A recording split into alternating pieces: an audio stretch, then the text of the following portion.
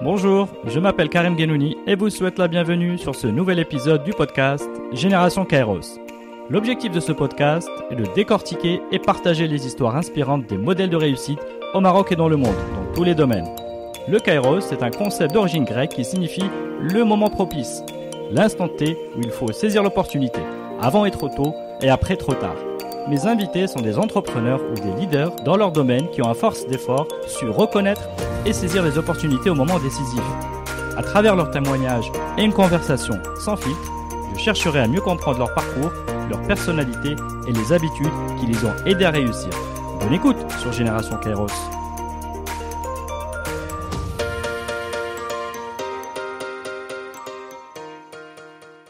Cet épisode est sponsorisé par le cabinet de conseil en transformation et stratégie Elancy.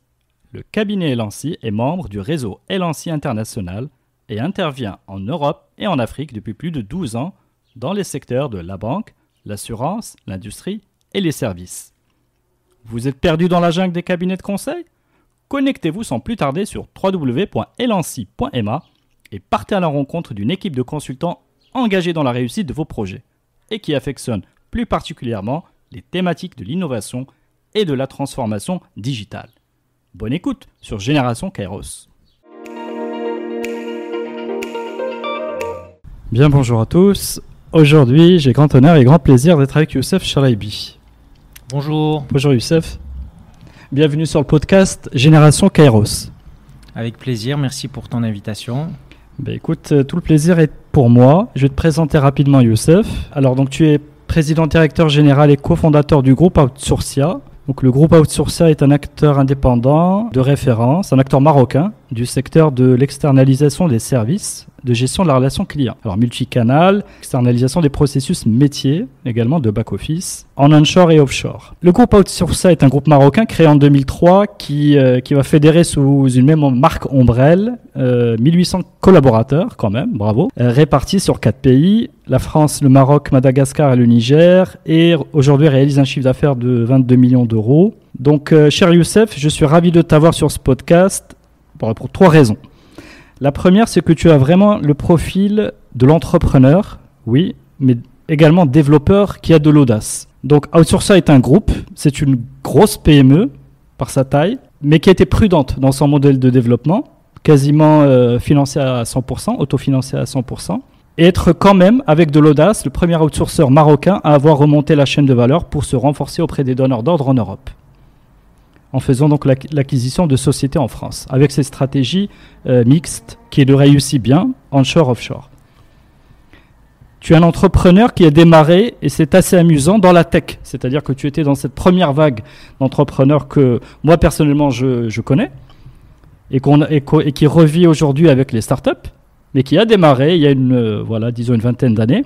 Donc tu étais parmi ces pionniers en France. Et puis, tu as enchaîné sur les services d'offshoring. Et donc, tu es quelqu'un qui a pu saisir des opportunités et les transformer. Et montrer de grandes capacités, par là, de développement et de résilience. Donc, c'est vraiment des leçons, je pense, intéressantes à partager. Alors, troisième élément, c'est que tu es également un manager courageux et astucieux qui sort grandi des crises. Alors, pourquoi ? Parce que là, tu viens de donner l'exemple encore récemment en offrant l'opportunité aux salariés de pratiquer de manière indéfinie le télétravail s'ils le voulaient. Et voilà, donc cher Youssef, j'ai envie de commencer cette conversation avec les États-Unis. Est-ce que tu as regardé du côté des États-Unis à l'âge de 20 ans ? Et aujourd'hui, est-ce que tu regardes du même côté ou bien c'est également la Chine et l'Inde ? Je pense que quand on s'intéresse à l'entrepreneuriat, c'est très difficile de ne pas regarder les marchés les plus innovants et là où toutes les plus belles idées se créent. Et il est vrai que quand j'étais en France et qu'on avait démarré ce premier projet qui s'appelait Marketo, qui était la première place de marché en France, donc de mise en relation d'entreprise. Donc c'était un concept qui était très novateur à l'époque, puisqu'on était les premiers à proposer ce service. Aujourd'hui, les marketplaces, c'est quelque chose qui est très courant, on le voit 20 ans après, mais ce n'est pas une idée qu'on avait inventée, c'était une idée américaine qu'on a tenté d'adapter au marché français et européen.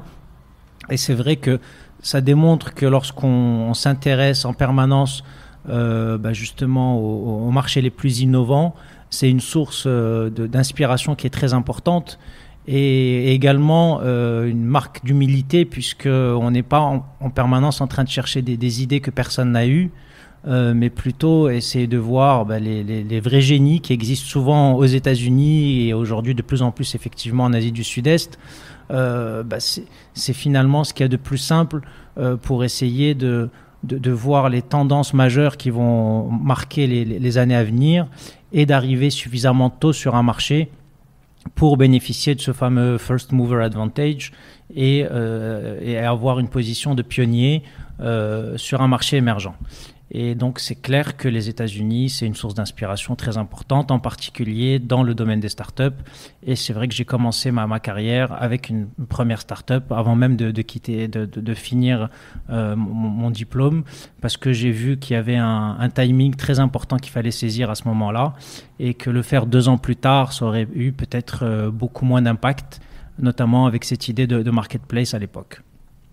Ok, donc on va revenir après sur la genèse de Marketo, parce que justement, pour voir comment l'idée s'est créée, s'est développée. Mais auparavant, si tu permets, est-ce qu'on peut venir un peu sur, juste en 2 mots, un peu ton enfance.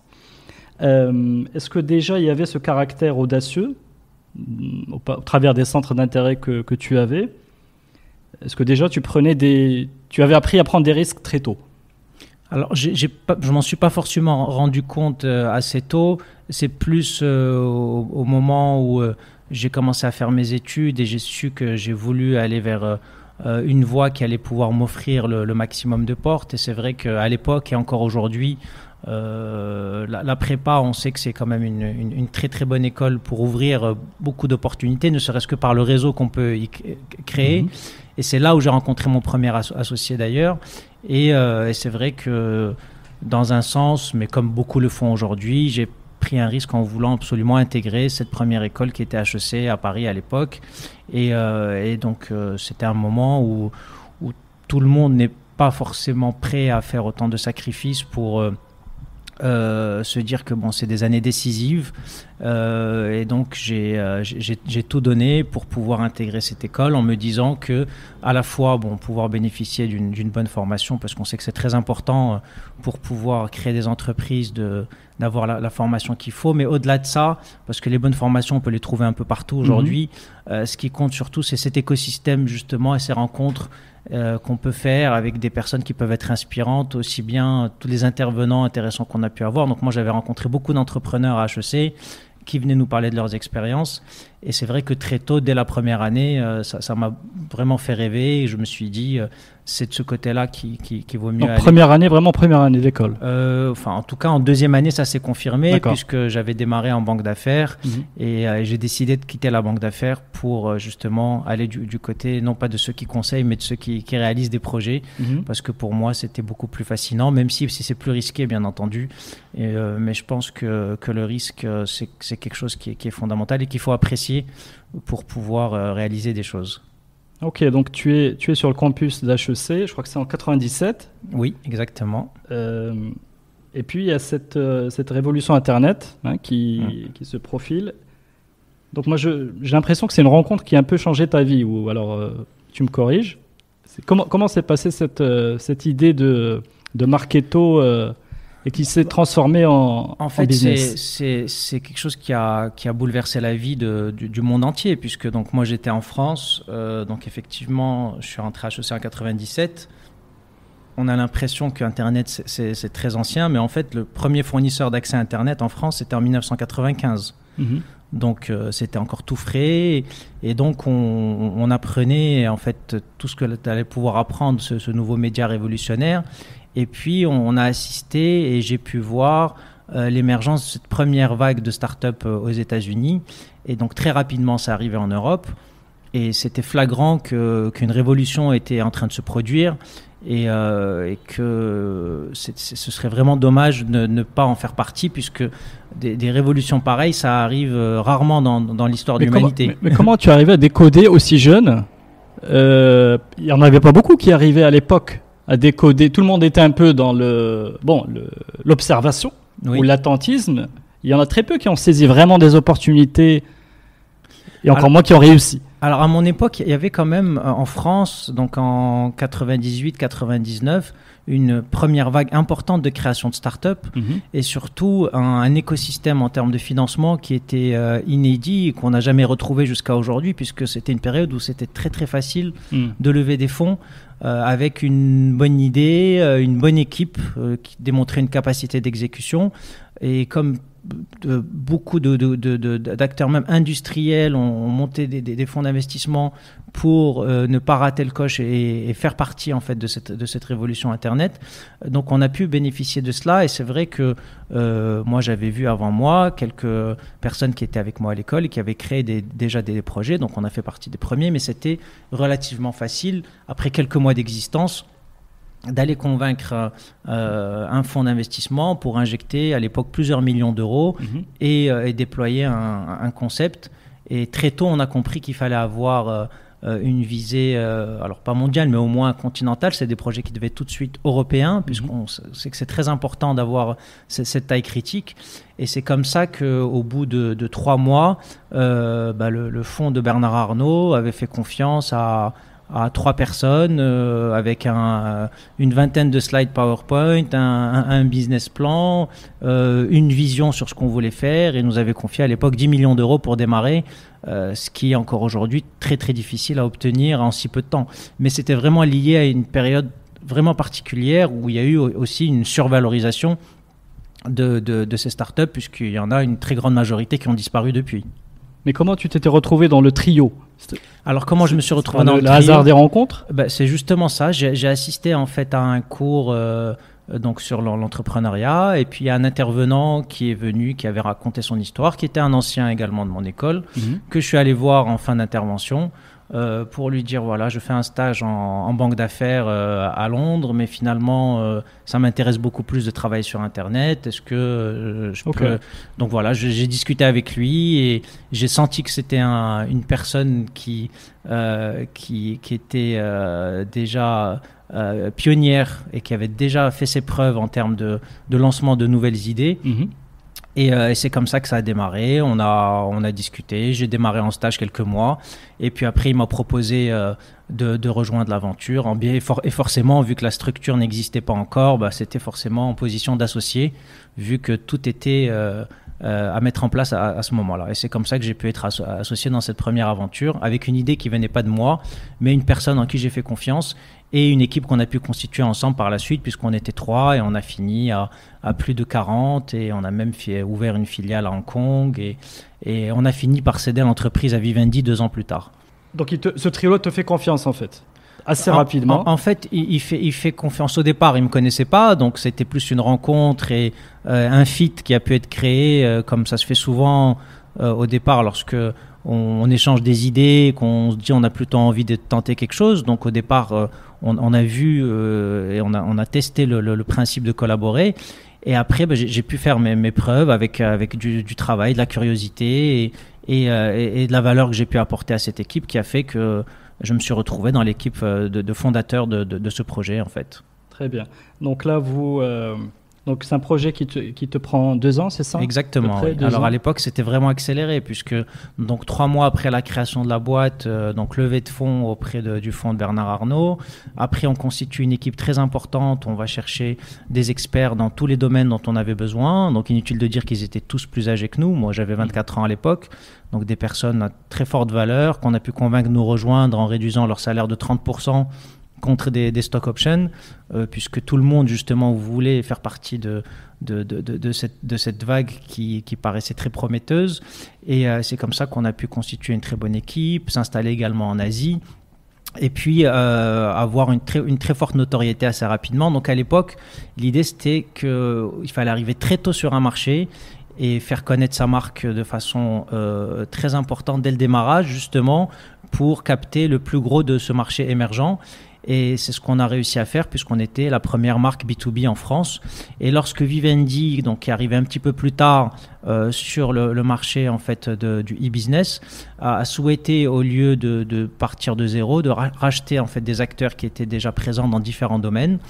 Et donc il nous a fait une proposition de rachat et c'est à ce moment-là qu'on a revendu la société, donc 2 ans plus tard. D'accord, donc là, avec encore une fois un niveau de valorisation qui est largement surdimensionné par rapport aux chiffres qu'on dégageait réellement. Mais le fait d'être arrivé tôt sur un marché qui était en plein essor donnait justement cette possibilité d'avoir accès à ce type de valorisation, ce qui existe beaucoup moins aujourd'hui. Bon, même si on voit encore des choses un petit peu ahurissantes aux États-Unis, notamment dans tout le domaine des réseaux sociaux. Dans les licornes. Oui, mais qui prouvent quand même leur modèle en termes de modèle économique, je veux dire. Pour nous, c'était pas vraiment le cas, puisqu'on avait revendu la société en ayant fait pratiquement 0 de chiffre d'affaires. Et c'était juste un concept qu'on avait réussi à mettre en place. Ouais. Alors, on n'a pas dit que Marketo, c'était une plateforme, c'est une place de marché en ligne, effectivement, oui. Pour des professionnels, donc de mise en relation pour les PME, oui. Pour des achats de services. Donc là, vous vouliez être les premiers donc, sur ce marché-là. Et c'est ce qu'on a réussi à faire. On a réussi à faire, donc vous avez occupé ce terrain-là. Et toi, tu étais en deuxième année, je crois, tu n'avais pas encore fini moi j'étais en deuxième année d'école. Scolarité HEC. Voilà, c'est ça. Et je suis parti pendant 2 ans, en fait, en prenant le risque de ne pas avoir mon diplôme.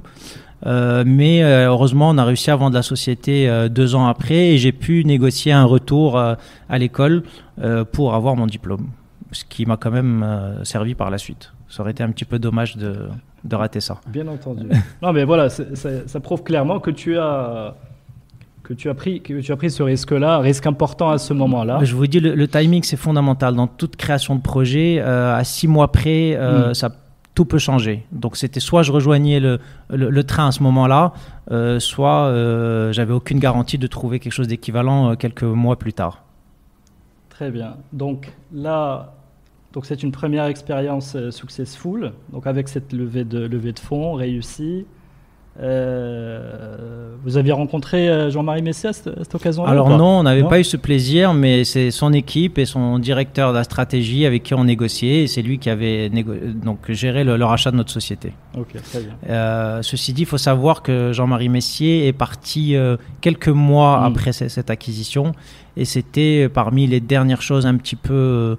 on va dire surdimensionné qu'il a fait puisqu'il avait fait beaucoup de choix qui ont été contestés par la suite, oui. Et on en faisait partie parce qu'il avait racheté beaucoup de sociétés à des prix qui étaient un petit peu démesurés à l'époque. Oui, on disait qu'il avait eu un peu la folie des grandeurs. Exactement. Par rapport à ça. D'où le surnom de Shizizem. Exactement. Très bien. Donc cette première expérience très, très réussie permet de constituer certainement un capital et d'accumuler une expérience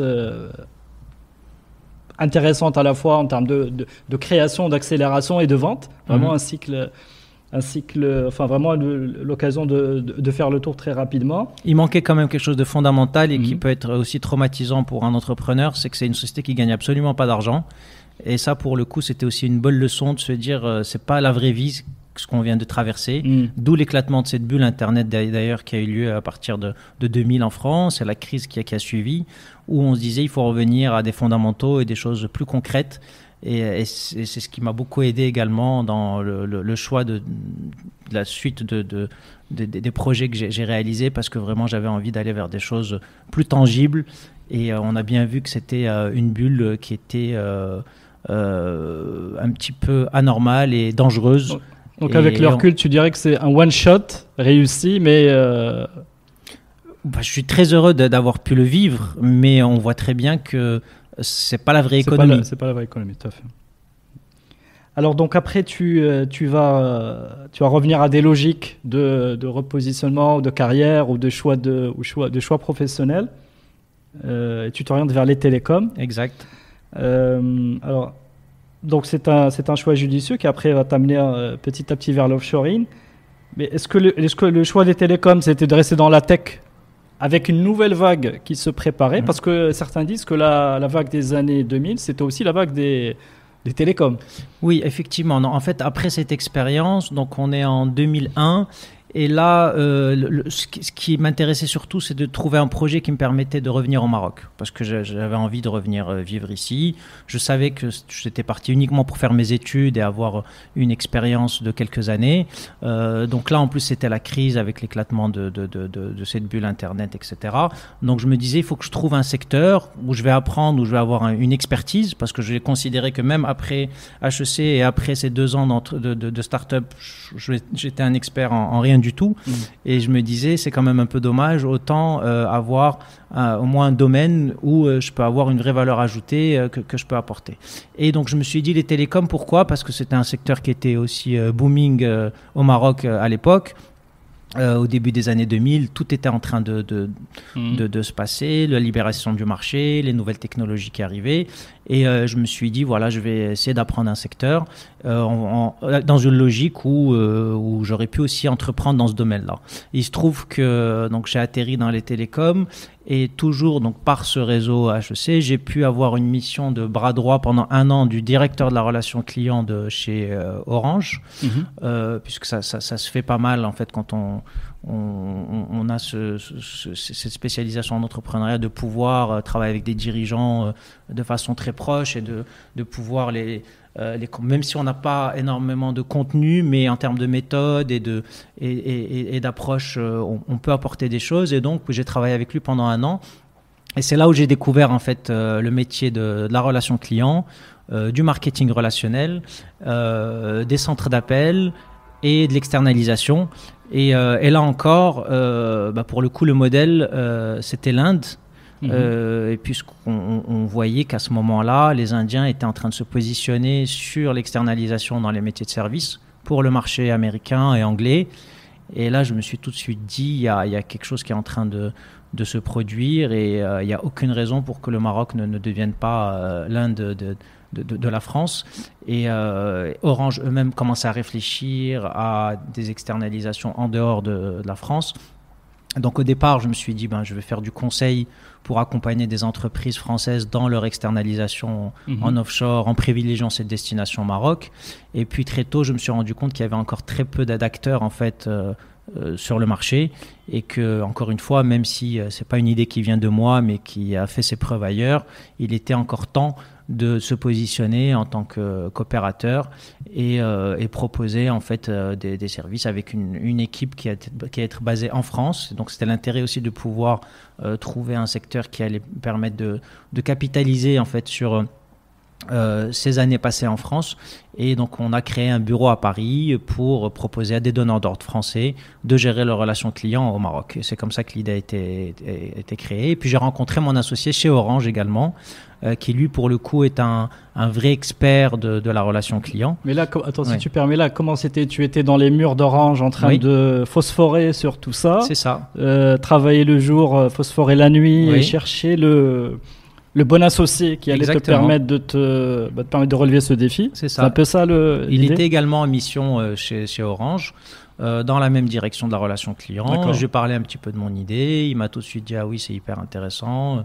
Moi, c'est un métier que je connais depuis toujours. J'ai toujours fait ça. » Lui a un profil très opérationnel. Et donc là, je me suis dit « C'est essentiel parce que dans tout projet de ce type-là, il faut avoir conscience aussi des domaines et des limites qu'on peut avoir, et c'était fondamental pour moi d'avoir un vrai pro du métier, puisque dans tout projet, je pense qu'il faut avoir des personnes qui peuvent vendre, et ça c'est plus ma spécialité, la stratégie, la finance, la vente, mais il faut aussi pouvoir délivrer. Et pour délivrer, il faut avoir des vrais pros. Et c'est difficile de pouvoir faire les deux. C'est pour ça que pour moi, dans ce type de projet-là, c'est fondamental d'avoir des associés très complémentaires dès le démarrage pour que ça puisse fonctionner. D'accord, donc là j'imagine que c'est des leçons apprises de ta première expérience. Oui. Tu en tires bénéfice juste après pour choisir le bon partenaire. Vous avez la bonne idée et... ce que j'ai compris, c'est que vous allez accompagner un petit peu en accompagnement de ces acteurs, ces grands acteurs dans leur logique d'offshoring vers le Maroc. C'est ça. Pour un peu tâter le terrain. C'est ça, oui. C'est ça, et voir s'il y a du potentiel. Exactement, oui. Et cette étape-là va durer combien de temps ? Elle va durer à peu près 1 an. puisque ce qu'on a fait au départ, c'est qu'on n'a pas voulu prendre trop de risques en investissant dans des infrastructures, avoir des charges fixes importantes et se dire bon, maintenant il va falloir atteindre l'équilibre.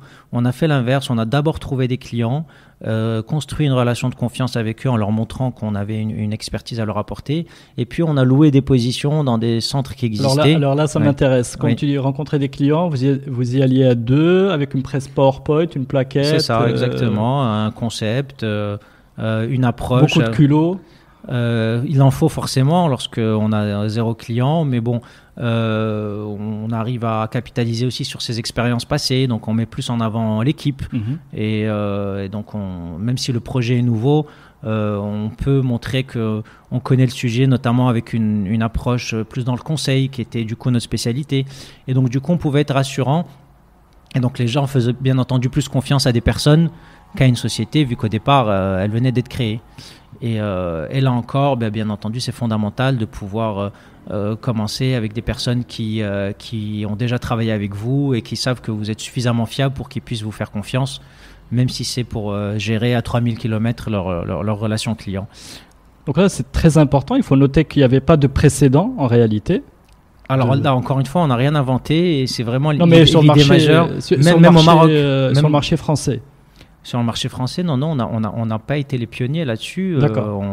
Nous, on a démarré en 2003, les premiers acteurs ont démarré en 2000. D'accord. Mais ça, c'est une idée importante. Encore une fois, comme pour la première expérience, il faut arrêter de croire qu'il faut avoir l'idée de génie pour remonter un projet qui soit performant. Il faut, à mon avis, plutôt arriver sur un marché qui est émergent. On sait que la demande va être croissante et arriver avec une approche disruptive pour se positionner avec une différenciation qui fait qu'on va pouvoir capter une bonne part de ce marché-là sans être leader, puisque pour être leader, il faut avoir les moyens et ce n'est pas forcément le cas des entrepreneurs qui démarrent. Donc aussi bien avec Marketo, où on a adapté une idée américaine, Outsourcia aussi, il y avait déjà des acteurs qui étaient au Maroc et d'ailleurs qu'on a été voir pour louer des positions qui étaient inoccupées. Et à leur dire, voilà, nous on a des marchés, on va pouvoir les traiter chez vous pour démarrer. Et donc du coup, c'est ce qui nous a permis d'avoir une structure de coût totalement variable au démarrage, puisque on n'achetait que ce qu'on vendait. Et dès qu'on a sécurisé un portefeuille client suffisant, ce qui a duré à peu près une année, là, on a fait nos propres investissements. En rachetant une structure existante qui avait investi dans beaucoup d'infrastructures, qui avait tout mis en place au niveau technique, mais qui avait oublié le plus important, c'est-à-dire l'équipe commerciale en France pour aller chercher les clients. Et donc, on a pu récupérer cette entité. Et voilà, et au bout de la première année, on était 70 personnes. Et puis après, on a eu une croissance assez forte, donc toutes ces années-là, pour atteindre 1800 personnes aujourd'hui. D'accord. Donc toi, ton rôle, dès le départ, c'était sur cet aspect développement commercial. Oui. Est-ce que tu étais entre les deux pays ? Alors oui, moi j'ai démarré en restant en France, parce que pour moi, dans presque toutes ces idées qu'on voit aujourd'hui, et moi je rencontre beaucoup d'entrepreneurs au Maroc, puisque je fais partie en fait de certains groupes qui investissent dans des startups, des business angels, donc c'est un écosystème intéressant qui est en train d'être créé. Et aujourd'hui, malheureusement, on voit qu'il y a beaucoup de jeunes qui arrivent avec des concepts très intéressants, des idées innovantes, des offres au niveau technique qui peuvent être très performantes, mais qui oublient l'essentiel, qui est finalement marketer cette offre et trouver le marché et savoir se mettre en avant suffisamment pour pouvoir le capter. Et c'est fondamental finalement, parce que un très bon produit qui est mal vendu, ça a zéro valeur. Et vous voyez tous les mois des startups qui disparaissent avec des produits qui sont assez exceptionnels, mais parce qu'ils ont oublié l'essentiel, qui était justement le bon modèle de vente. Et ça, pour moi, c'était fondamental. Et pour nous, le bon modèle de vente dans notre secteur, c'est constituer un portefeuille de clients en France. Et c'est beaucoup plus facile de le faire quand on est en France qu'à partir du Maroc. Donc, c'est pour ça que j'ai passé 3 ans en France après la création de l'entreprise pour gérer justement toute cette partie commerciale et toute la phase amont des projets. Et mon associé, lui, en revanche, était installé au Maroc et lui déployer en fait toutes les promesses qu'on faisait en France. D'accord. Et alors, peut-être encore des petites questions sur le début d'Outsourcia. Oui.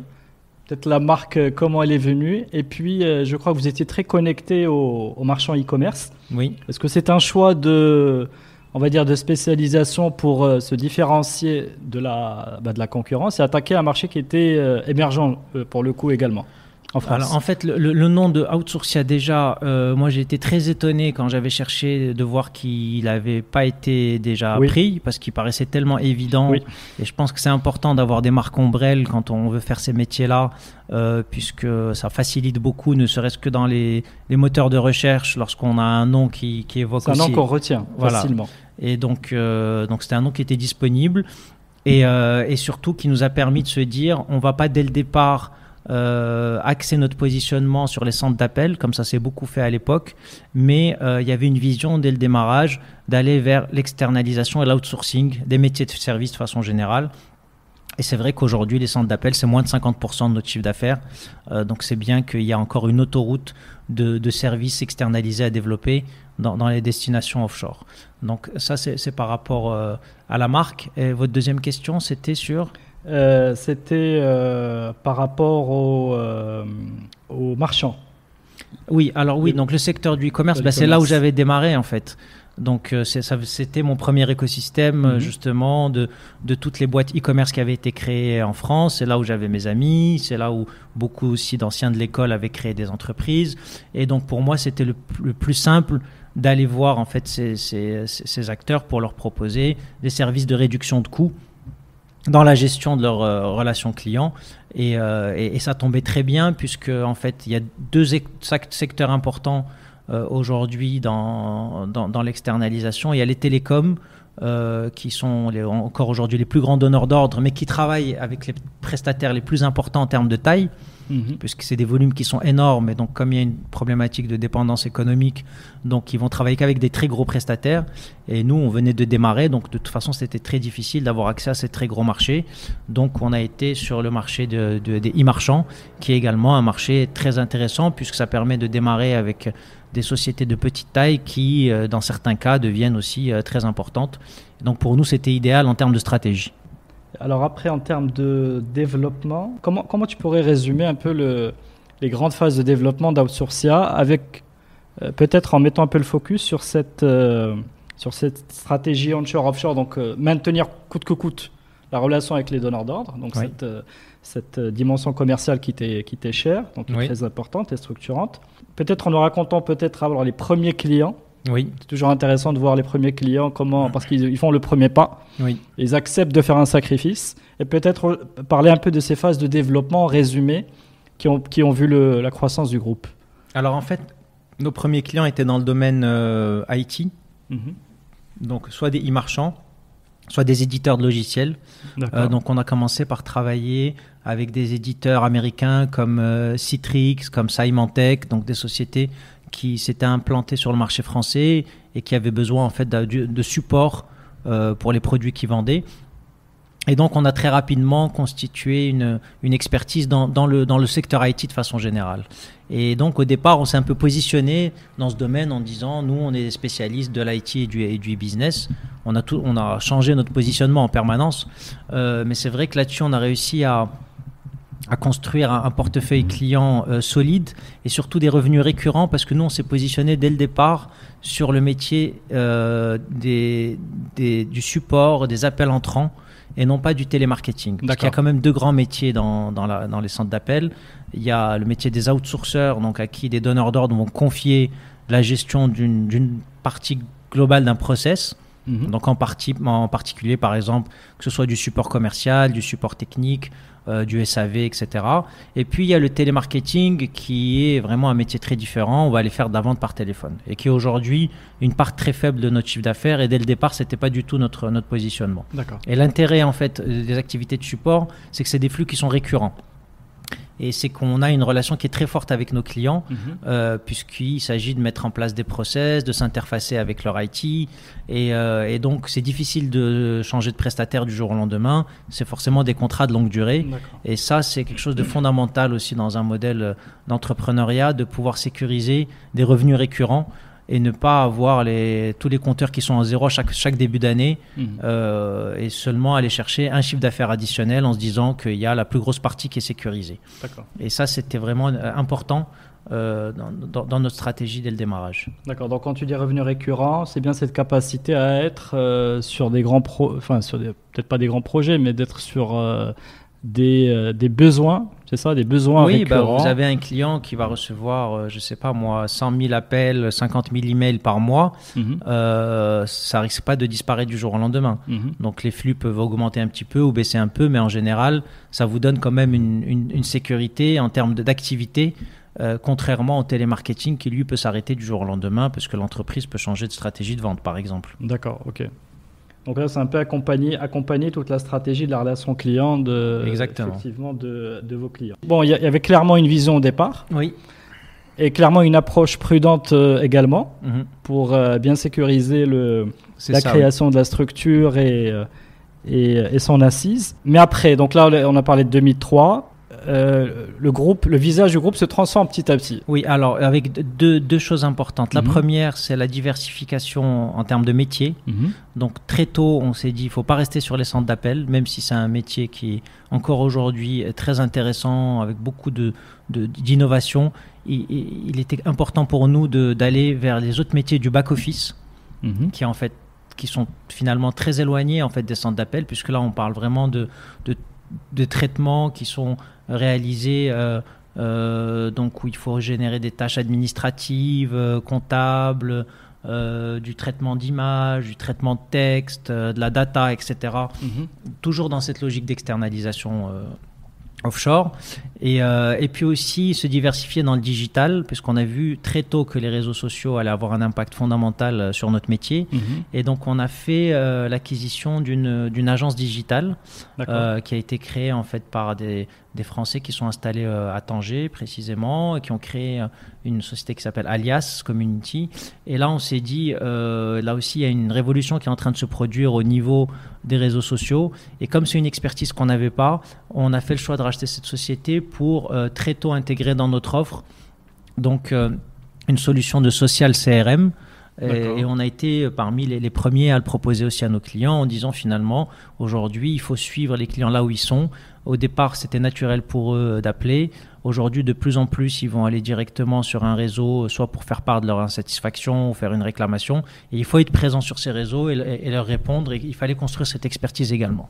Donc on s'est diversifié donc dans le digital, dans le développement informatique aussi on a construit une expertise là-dedans pour faire développement d'applications ou de développement spécifique par exemple, le BPO et puis après on s'est dit que la meilleure façon de sécuriser en fait la destination Maroc et d'avoir encore plus de poids dans le choix de nos donneurs d'ordre, c'était de pouvoir être présent en France, mais pas seulement commercialement, mais avec de la production en France. Et donc, on a fait un choix audacieux à l'époque, pour le coup, parce qu'on était les premiers acteurs marocains à faire une acquisition sur le marché français de la relation client. Donc ça, c'était en 2010. Et ça a été un tournant pour nous, puisque on a un petit peu...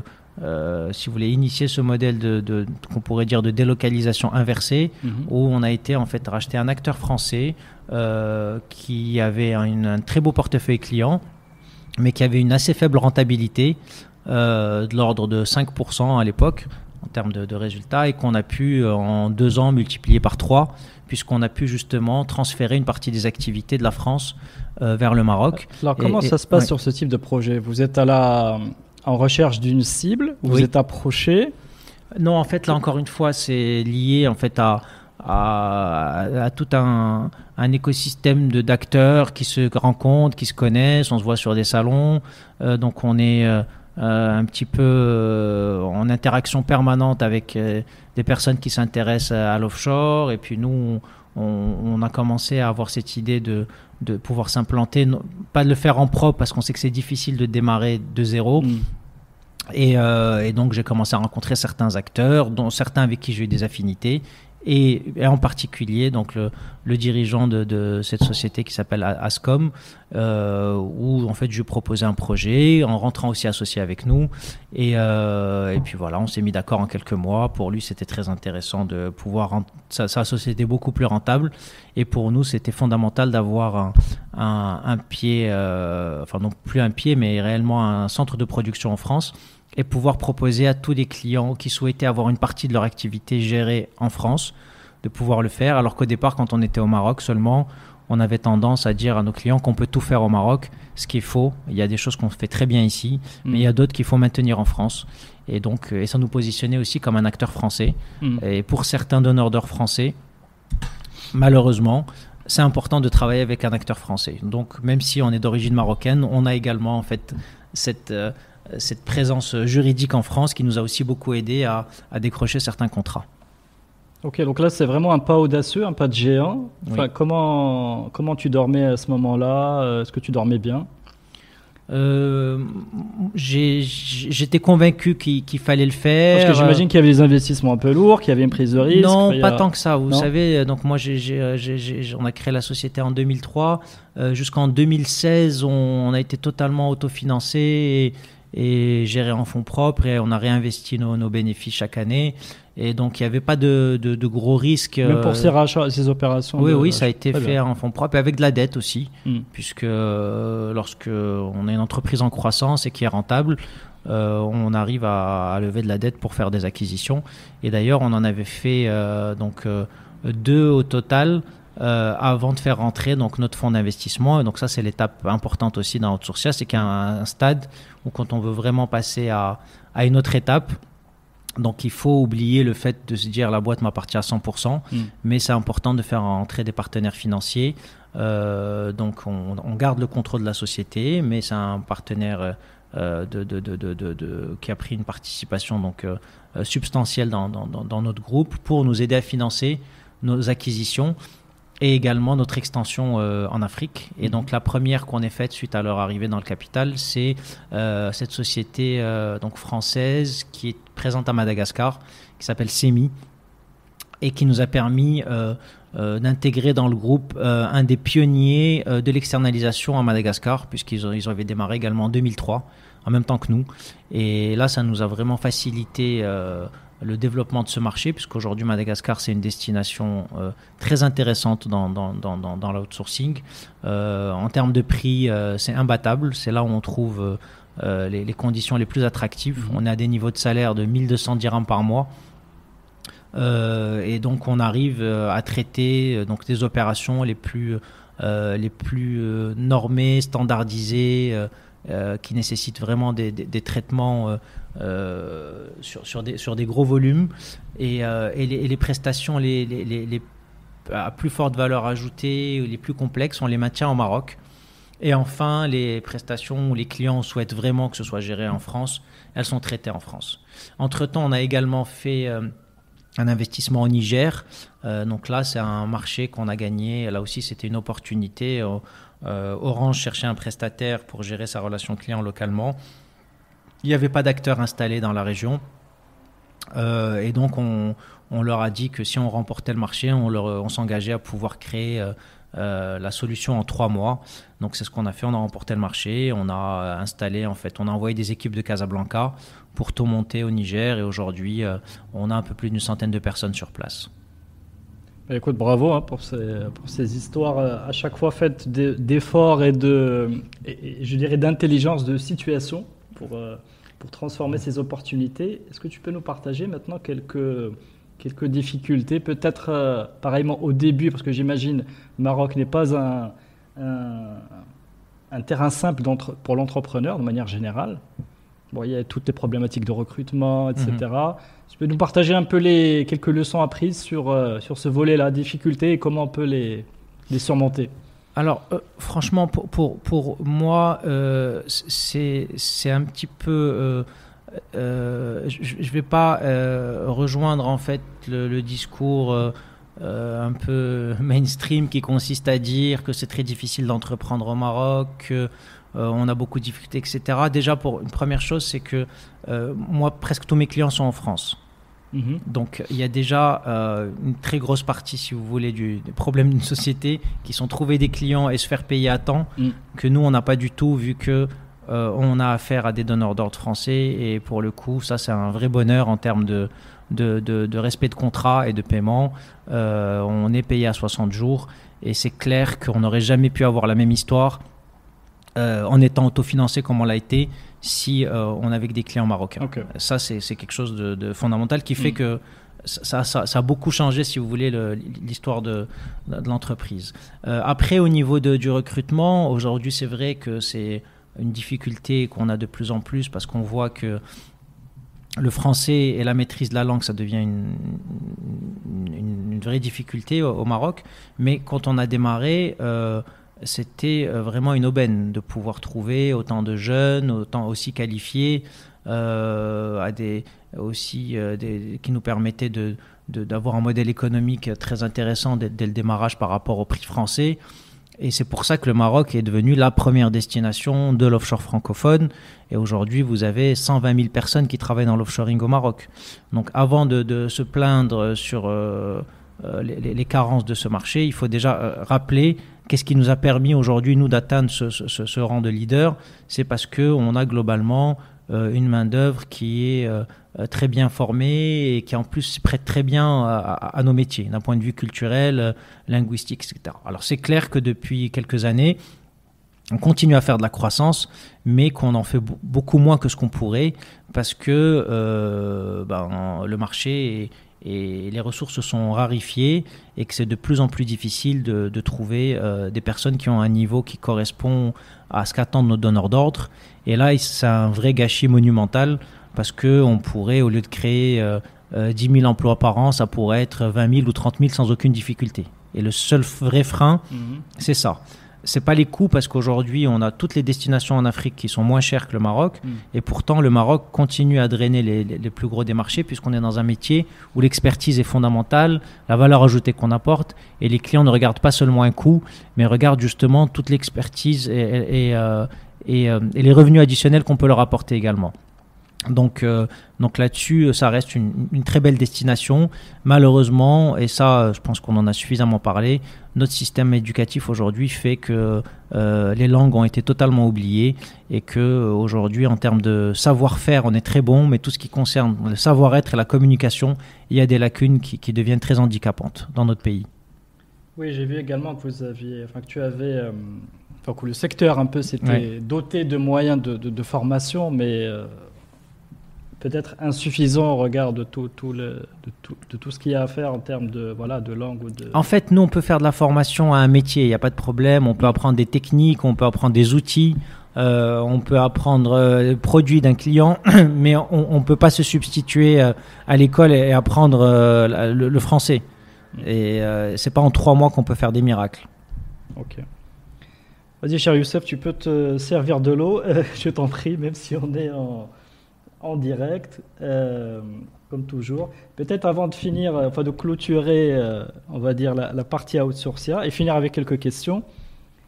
Comment, donc il y a parce que vu c'est une étape majeure de développement, toujours, et tu es encore très jeune, comment tu vois l'avenir du groupe, je sais pas, dans une dizaine d'années? Alors 10 ans, c'est beaucoup. Nous, généralement, on fait des plans plutôt à 3 ans. Vous savez, il y a beaucoup de choses qui évoluent. On a vu ce que je disais tout à l'heure, les centres d'appel, c'était notre métier de base. Aujourd'hui, c'est moins de 50% de nos revenus. Et je suis convaincu que dans 3 ans, il y aura au moins 30% de nos revenus qui viendront d'une activité qu'on n'a pas encore lancée aujourd'hui. Alors, on vient d'investir, par exemple, dans une nouvelle filiale, qui est la société CaptureDoc, filiale du groupe Outsourcia. On est partenaire en fait du leader américain Cofax dans toutes les solutions d'automatisation, d'intelligence artificielle, de robotisation. Donc là, c'est un domaine auquel on croit beaucoup aussi et qu'on est en train de développer en fait pour accompagner des acteurs en Afrique francophone dans leur transformation digitale avec des solutions qui permettent d'automatiser des tâches à faible valeur ajoutée, qui sont très chronophages, source d'erreurs, et donc avec tout ce qui permet de digitaliser certains process. Donc on investit beaucoup là-dedans actuellement, et on pense que c'est un marché qui est très prometteur. On a l'intention d'aller également dans d'autres pays, donc là on a d'autres projets de croissance externe qui sont à l'étude. Et comme tu disais tout à l'heure, Outsourcia, c'est une marque ombrelle. Donc, dès qu'il s'agit en fait d'externalisation dans un métier de service et qu'on peut découvrir de nouveaux secteurs à très forte valeur comme la santé, puisqu'on a fait une acquisition dans le secteur de la santé.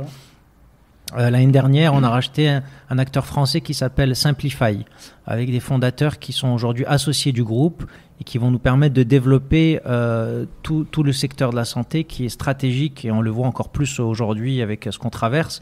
Et donc là-dessus, on a des solutions qui permettent par exemple à des médecins en France de confier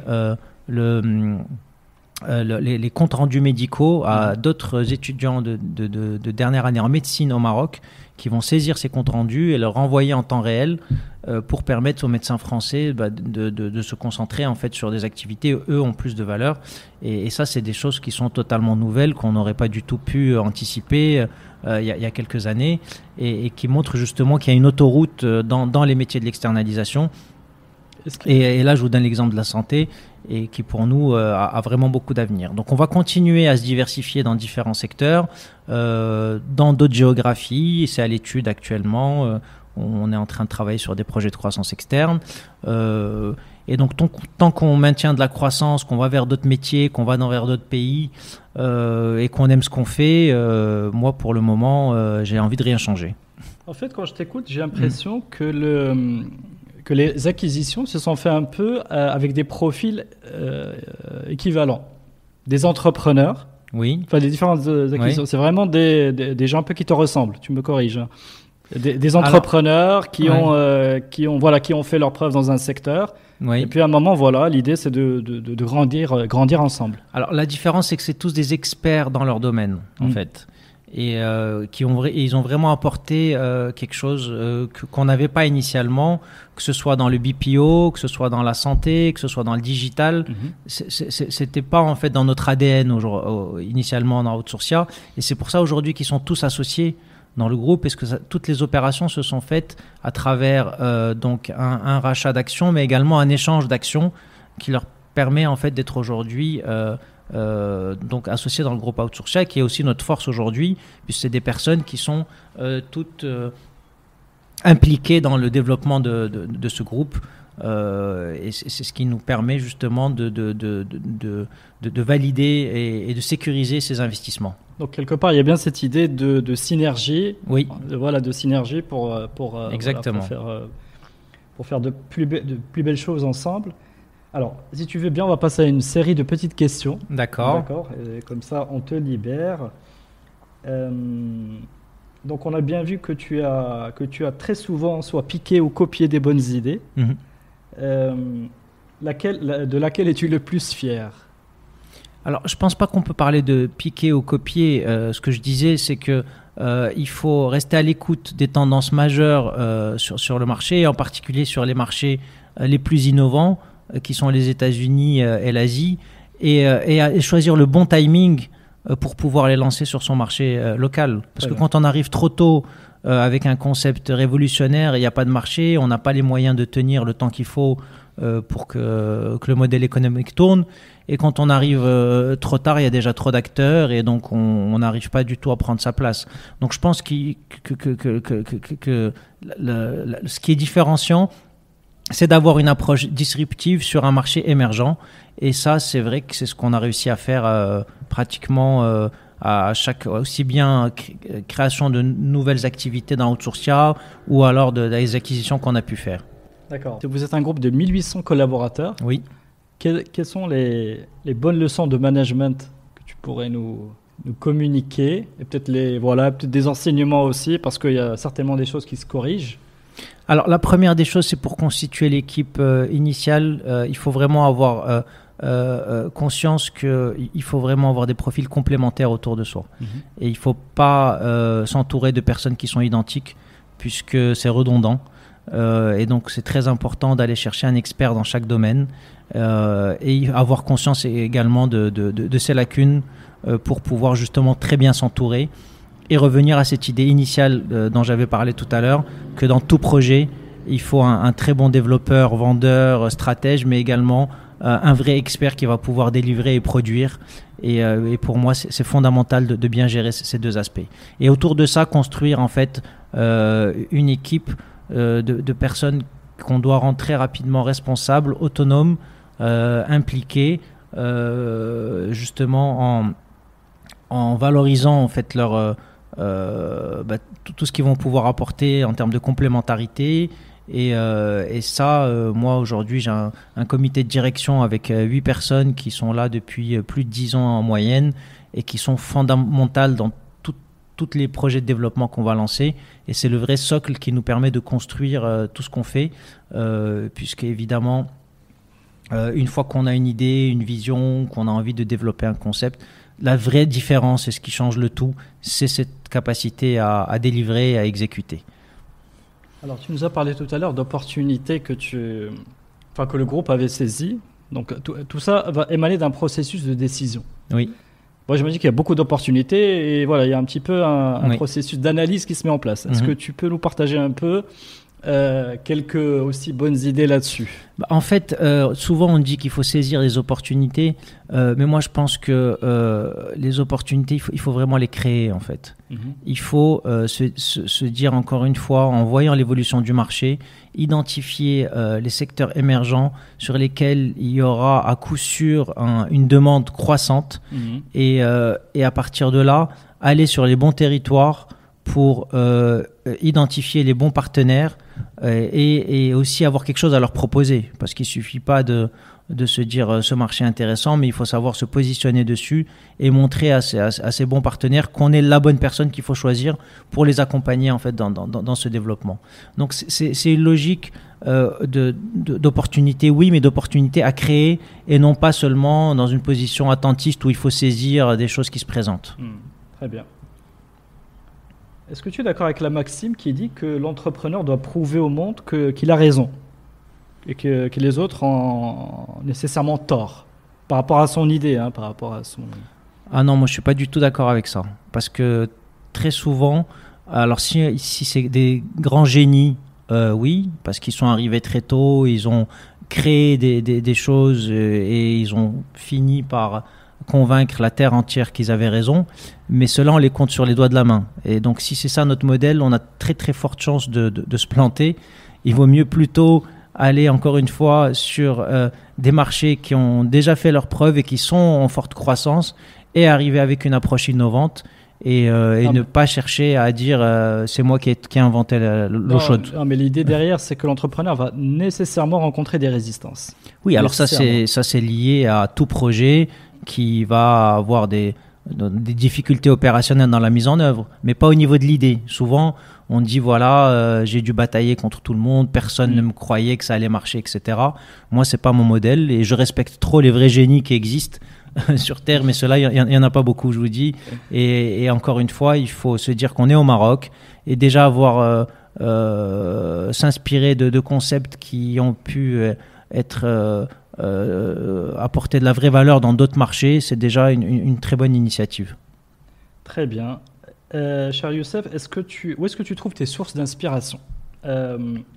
C'est-à-dire, pour rester courageux, optimiste, rester sur des bonnes valeurs au quotidien, tes sources d'inspiration, est-ce que tu en as Alors, je peux pas te dire j'en ai en particulier où je vais aller les chercher. En fait, il faut rester curieux, ouvert.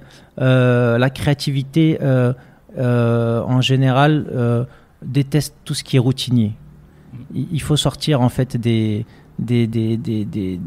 process qu'on répète en permanence dans son confort quotidien, mais il faut savoir aller être curieux, aller sur d'autres territoires, tester des choses même qu'on pense pouvoir être sur le papier illusoire. Donc c'est créer en fait de la disruption, encore une fois, qui est une vraie valeur pour nous et qui est une des 6 valeurs de Outsourcia. C'est tenter des approches qui ne sont pas mainstream. D'accord. Est-ce qu'il y a... Alors, je sais que tu recommandes beaucoup le livre de The World is Flat. Oui, c'était à l'époque, c'était effectivement quelque chose qui m'avait marqué parce que c'était un petit peu le premier théoricien de l'outsourcing à l'époque. Oui. Alors, depuis, est-ce que tu aurais des livres aujourd'hui, des livres, des blogs, voilà, des sources de knowledge? Alors oui, il y a un livre qui m'a beaucoup inspiré ces derniers mois. C'est la semaine de 4 heures. Oui. Je ne sais pas si tu as entendu parler. Bien sûr. Et notamment avec tout ce qui arrive aujourd'hui avec le télétravail. Moi, je suis convaincu que la façon de travailler va changer de façon radicale et qu'on a déjà démarré en fait ce phénomène, et on le voit avec le télétravail qui est au-delà en fait d'une nouvelle organisation du travail, c'est une nouvelle organisation de toute sa vie, et de plus en plus les gens ne voudront plus avoir ces contraintes de devoir passer 8-9 heures par jour dans une entreprise. Mais il y a clairement des nouveaux modèles à imaginer, explorer, et on peut être très productif, très créatif et apporter beaucoup de valeur à une organisation quelle qu'elle soit, quel que soit son lieu de travail, et même en étant à plusieurs milliers de kilomètres. Et d'ailleurs, c'est ça aussi l'offshoring, c'est pouvoir travailler à plusieurs milliers de kilomètres. Mais avant, on allait chercher des bassins de l'emploi en particulier. Aujourd'hui, la technologie fait que toute personne peut travailler à partir de l'endroit où elle veut, à partir du moment où on a les outils et les process et l'envie, la créativité d'inventer ce nouveau modèle. Même dans les métiers des centres d'appel. Encore plus chez nous, puisque pour nous, il suffit d'avoir une bonne liaison et d'avoir des indicateurs de performance. Et chez nous, c'est beaucoup plus facile que dans d'autres secteurs. Donc là, c'est une vraie révolution. Très bien. Écoute, j'espère que ton message sera entendu un peu partout dans les foyers au Maroc. Quel serait si tu avais l'occasion de retrouver le Youssef qui a 20 ans, et l'occasion de lui murmurer quelque chose à l'oreille, un petit conseil, ou voilà, lui dire quelque chose, qu'est-ce que ce serait? Reste curieux, continue à prendre des risques, et ça vaut vraiment le coup de vivre autant d'expérience et de challenge, et que même en cas d'échec, ça reste très excitant et très formateur. Très bien. Merci beaucoup, cher Youssef, pour ton temps. Je tiens à rappeler que c'est un épisode enregistré, donc c'est le premier épisode enregistré en post-confinement, donc en direct. Et franchement, c'était très courageux de ta part de m'accueillir ici dans les locaux d'Outsourçage. Je te remercie. Avec plaisir. Merci beaucoup. Merci. Et donc, à vous qui nous écoutez, je vous remercie de nous avoir suivis jusqu'à la fin. Je vous dis à très bientôt pour un prochain épisode.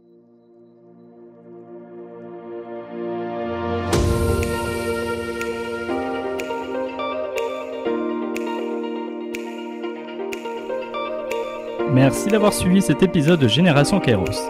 Avant de nous quitter, si vous l'avez aimé, vous pouvez vraiment m'aider à le faire connaître avec 3 actions simples à faire en urgence.